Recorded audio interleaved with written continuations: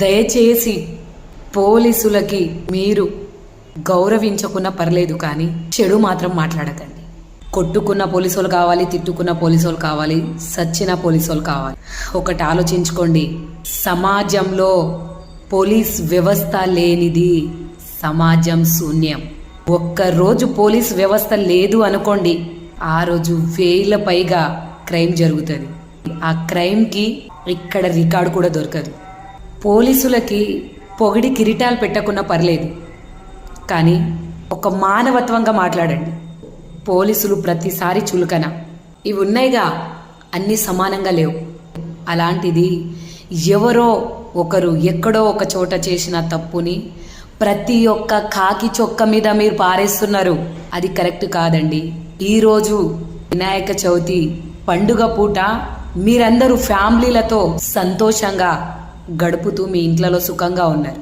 కానీ 100 కిలోమీటర్ల దూరంగా మా ఫ్యామిలీలను వదులుకొని బందోబస్తు డ్యూటీలు చేస్తున్నాం.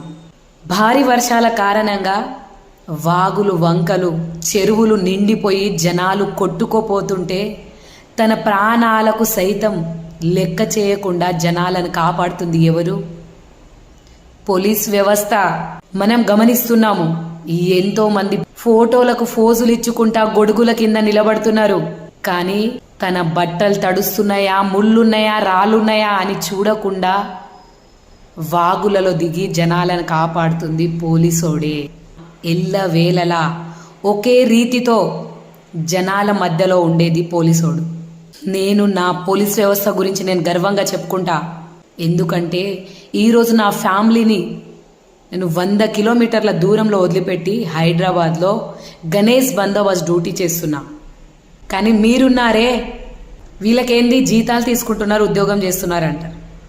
ఒకరోజు కూలీ ఇస్తే కూలోడు కూడా వర్షం పడుతుంది, నేను ఈరోజు రాను, రేపు వస్తా అంటాడు. కానీ మేము అట్లా కాదండి. ఏ సమయంలో అయినా, ఏ అర్ధరాత్రి అయినా ఒక ఆడపిల్లకి అన్యాయం జరిగింది, అక్కడికి వెళ్ళాలి అమ్మా అని పోలీస్ స్టేషన్ నుంచి ఫోన్ వస్తే అర్ధరాత్రి 2 గంటలకి కూడా నేను ఆడపిల్ల అని మర్చిపోయి విధిలోకి వెళ్ళిన రోజులున్నాయి. ఎక్కడో ఒక దగ్గర ఏదో చెడు జరిగిందని ప్రతి ఒక్కరి పైన బురద జల్లొద్దండి. మా మనసులు తట్టుకో. కష్టం వచ్చినప్పుడు పోలీసోడు గుర్తొస్తాడు. జనరల్ టైంలో పోలీసోడు అంటే మీ అందరి కంటికి చులకనైపోతున్నాడు.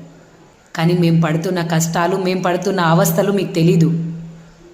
అవి మాకు మాత్రము, పైన భగవంతునికి మాత్రమే తెలుసు. అందరూ ఒకేలా ఉండరు, అందరు మనస్తత్వాలు ఒకేలా ఉండవు.